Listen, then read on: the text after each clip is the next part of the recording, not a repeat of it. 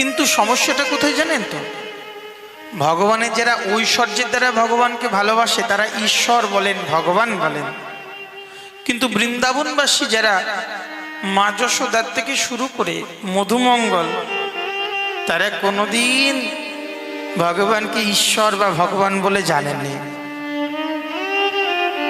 দেবকী কংসের কারাগারে জন্ম নেবার পর ভগবানকে তিনি কি করেছেন, যে ভগবানকে তিনি নিজের করে আপন করে মা ভেবে সন্তান ভাবতে পারেননি।